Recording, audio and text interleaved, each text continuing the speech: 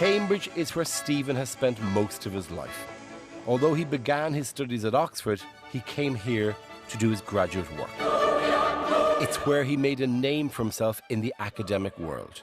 It's also where he wrote his book, A Brief History of Time, and where he raised his family.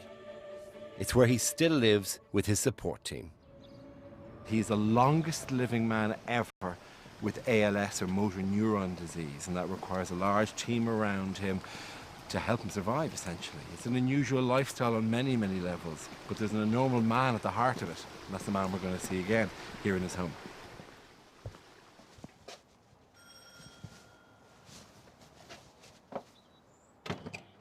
Hey, how are you, Pat? Good to see you. Nice to see you. Good to be here.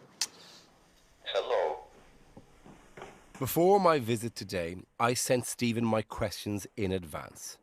He needs the time to prepare his answers because he has to spell out each word letter by letter using just the muscles in his face.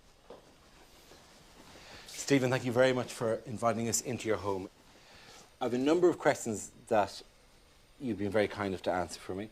My first question for you. You were diagnosed with motor neuron disease more than 50 years ago, and you were said at the time, the diagnosis said that you had 2 years to live. Essentially, the question is, how are you still here?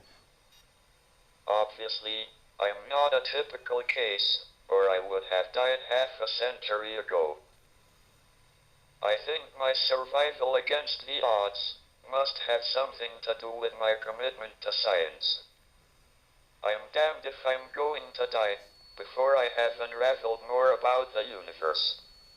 I would have that printed on badges and t-shirts.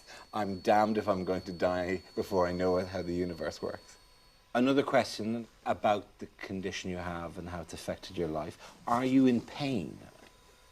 Motor neuron disease doesn't cause pain, but sometimes I get uncomfortable because I can't adjust my position.